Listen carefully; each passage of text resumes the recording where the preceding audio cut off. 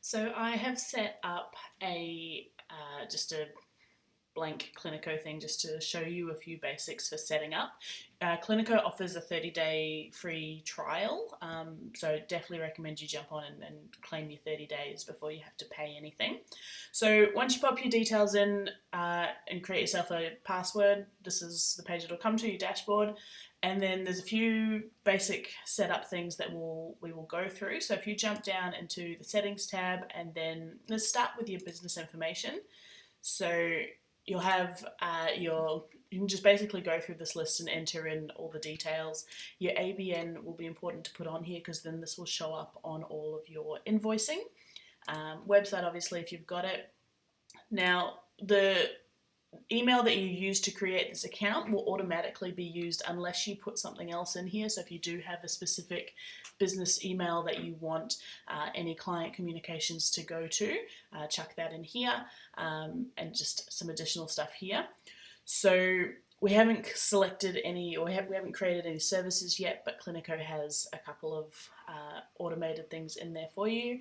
And then this is where you control your online bookings as well. So once you can, you can flick that on and off as you're ready. And then if you've got a logo, go from there. So once you've got your business set up, then head over to the settings and general settings. This is just general stuff for your calendar, and again you can just kind of go through and pick your preference for things. You may even want to swap this over depending on what terminology you prefer, and then just set a few. This probably won't be relevant for you guys because you're probably not going to have other people jumping on and using your stuff, but there's just different permissions there, different ways to view your calendar, and then automatic cancellation policy, how your wait list works. Security might be a good one, especially if you are going to be using this at the shared computer at reception. See how you go. But yeah, you can go through and adjust all those settings. And then you'll want to come in and start creating I reckon do billable items first. So this comes up, has got a few automatic ones for you, but you can go in and add a service. I've always left the code blank. I haven't bothered with a code, or you could put maybe the health fund code. So like you might want to do 105 for an initial remedial.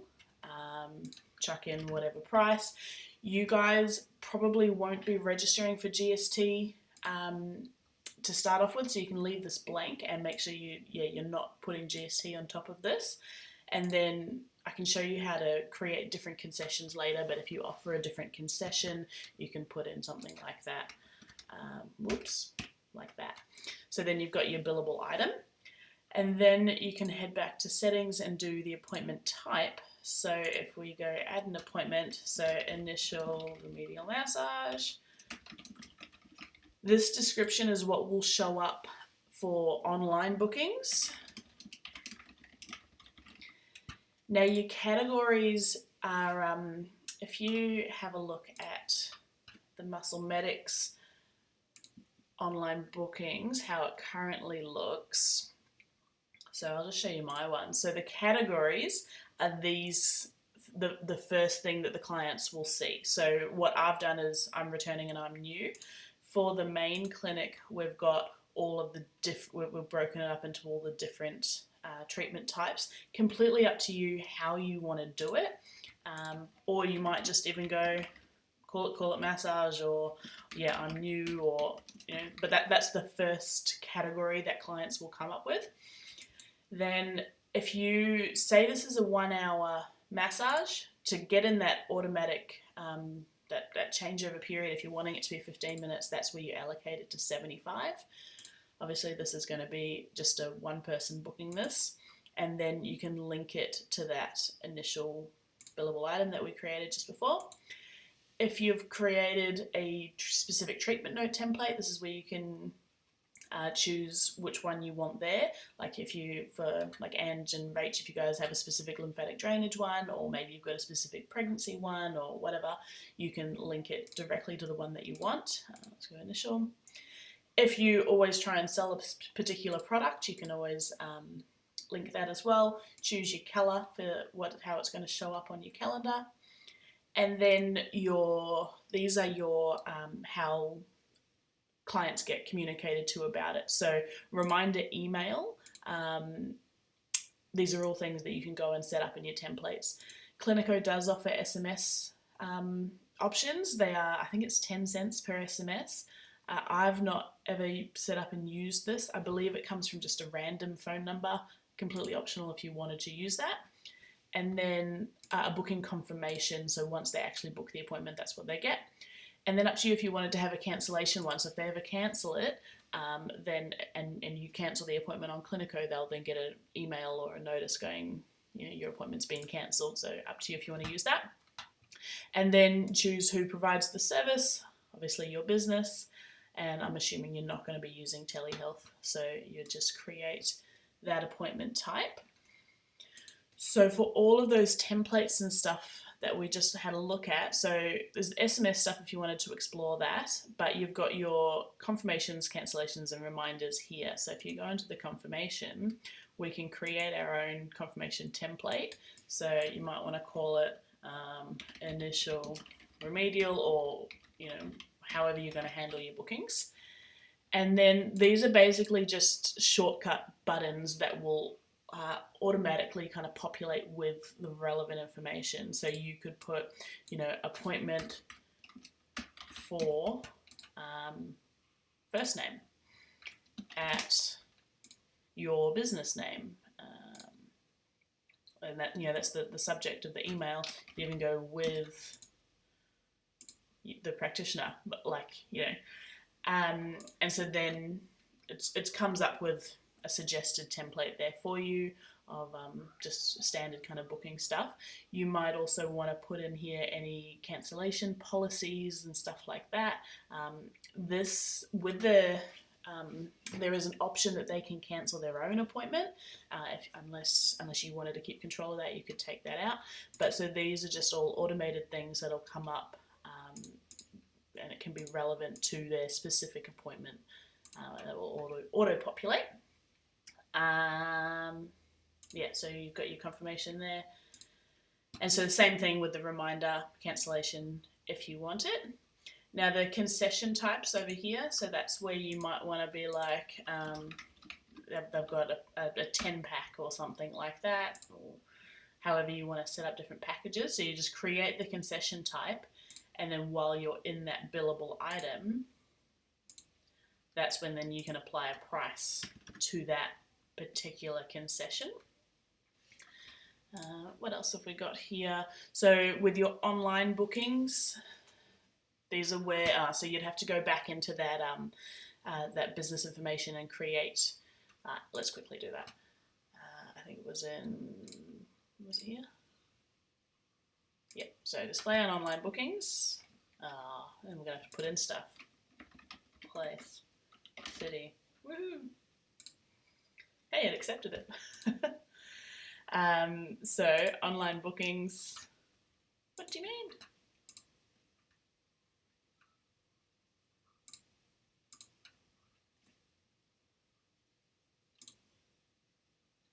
There's a button right there. Okay, so allow them to book online.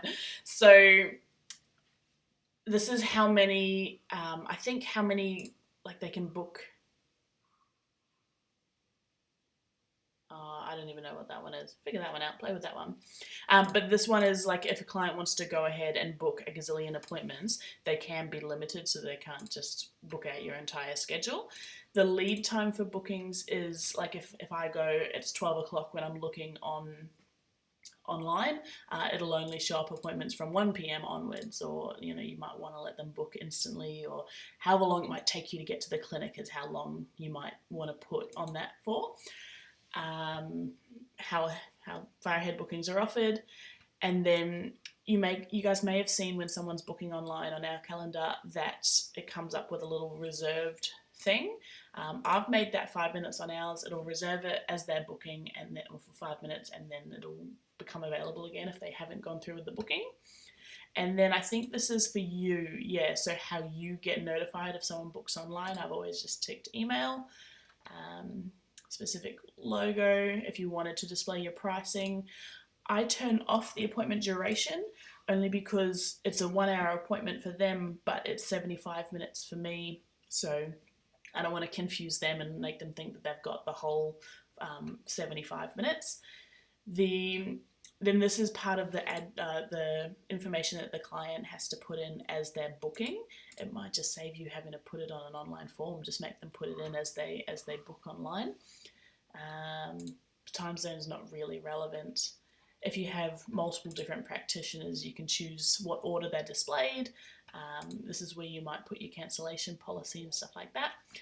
And then for the important notice, that is this here. It can be dismissed, but you might just want to put something there that'll highlight or come up with every single online booking. So you can put it here if you want something to show up, like, I don't know, any kind of policy. If you're working on a public holiday, maybe you'll do a surcharge or something like that. And then you'd obviously save that. Other important things are, if you're wanting to use the recalls, you can go in and explore those different things, but your treatment note template is probably, and your patient form, so let's have a look at those ones. So you can create your own template from scratch, or you can use their kind of basic ones that they've got here. So you can edit this, and so it comes up with different sections, different section, like how you want to answer things. So obviously we use a lot of the check boxes of just pre-populated stuff, and then you can just tick the box.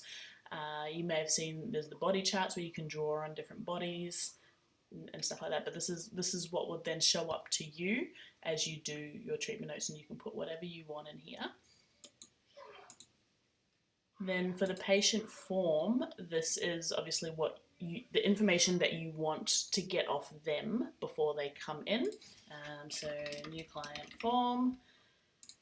Then again, this one's probably going to be irrelevant for you guys unless you're planning on putting in admin or other practitioners that you might not want to see the private information.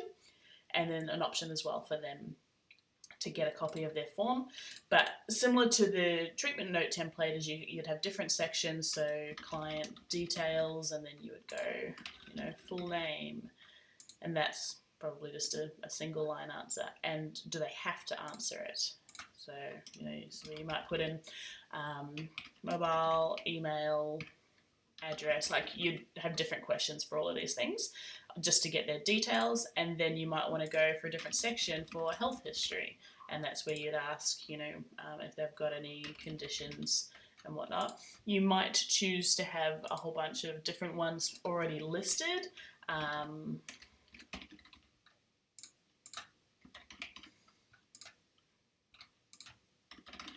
Whatever. You'd have a whole bunch of different stuff there, and then like we've also got the questions about their sleep and their exercise and whatnot, and then I've also got a section on here for terms and conditions, and this is where we get them to sign off on things like the cancellation policy, just the kind of any disclaimers that we're not GPs and they shouldn't substitute going to a doctor, with us, all of that kind of stuff is what I've got on my form. So definitely have a look through what I've got and then create your own version of however you want to do it. And then in those, like the confirmations and stuff for your initial ones, you might want to make sure that you've got a link. So you go, please fill in, and then you can link to the form before your appointment. This is where it's helpful to have a specific one for new clients and then a specific one for existing clients, because existing clients, you wouldn't want to have it on their confirmations and stuff like that. Let's have a look. So just all these different templates, just basically click through, have a different look for them or through them. On your intake form, you might ask them how they found out about you. You can have a whole bunch of pre-listed referral sources. So you might have muscle medics listed. You might have Damien or Joel or Liam, or you could even just put the mates or something like that. You might want to put Facebook or Google, or you can have all these different things so that when you're going through their form, you can just chuck that straight into their profile. And then, so in the client's profiles, they've got, let's just jump over. Oh, bummer. I'll have to just add someone. So let's add Ryan. So it comes up with all these automated things of, what information you've asked of them, and you can then just fill it in. So you might go from their form and then chuck it in here. Extra information will show up as you are doing your treatment notes. There's the option to see that off on the side, and these ones show up on every appointment, so you can choose where you want to see that stuff. Related stuff, all their contact details, billing information. This is where you choose your concession type, so it comes up with the correct pricing to them, or if you're emailing someone else to pay, say it's like an NDIS or one of the carers packages or whatever, occupation, emergency contacts, stuff like that. And then here's your referral source, so you choose who referred them to you. But if you wanted to add in something specific here, that is where you would go to custom patient fields. The one that I've created is private health insurance, because it's got Medicare information, but it doesn't have which fund are they with, or whatever you want to put it. It's going to just be a single line, or you could have it as a checkbox if you don't want to type them out every time. And so then when you go into your patient, it'll show up down the bottom, down there, and then you could enter in. So you can have all these different fields of specific stuff that you might want in your client information. What else have we got here? Invoicing. So this is just what's on invoices. You may want to put bank account details and stuff on here, so that you, if they're not paying by a card, then you can just email them the invoice and your bank account details are already there. If you email them an invoice, here's the same thing. It's got all those subject fields and stuff, same as all the other forms. So basically, just have a bit of a play of these if you want to send out different things. Now, one thing that you will use, so I'm going to give you an Excel spreadsheet of all of your clients. So you would come in to import them, and they'll be your patients, and you'll select you'll import your Excel document, and then it'll show up on here, and hopefully, because it's coming from Cliniko, and then if you're using Cliniko, it should come across pretty smoothly, and you should be able to get all of the information. But yeah, it's in the settings and import. So I'll be exporting, and then you'll be importing. What have we got? Payment types. So again, stuff like how they're paying. One thing that I've added onto here is Stripe. So to set up Stripe as well, that's part of an integration. So integration are apps or other bits of software that communicate really well with Cliniko. One that I recommend for you to look into is MailChimp. MailChimp is a email software where you can communicate with all of your database, and I believe it's free if you've got less than 2,000 people. So you can connect with MailChimp, and then Cliniko will send all of your client data. Every time you add a new client, it'll automatically put it onto your MailChimp profile, and then you can send out bulk emails to your database, and it should be free. I'm pretty sure it's free for under 2,000 people. If you choose to use Xero for accounting, that can be integrated here as well. But so Stripe, so this is where you can choose to collect online payments as people book online. They use Stripe to do that. So that's where I've then put that as a different payment type. So you can set up a Stripe profile, which is free, and then you can connect it here. With Stripe, yeah, it's free. Like, you don't have a subscription fee or anything like that, but you pay per transaction that goes through. And then I believe once it's integrated, it should show up on here somewhere. I might just even quickly show you on mine. Online bookings, because I've got it. So here you can see the different custom list of the order that people are showing up in. Where is it? Oh, it might actually be in the appointment types. So you've got your different appointment type. Let's go for this one. So description, category, all that kind of stuff.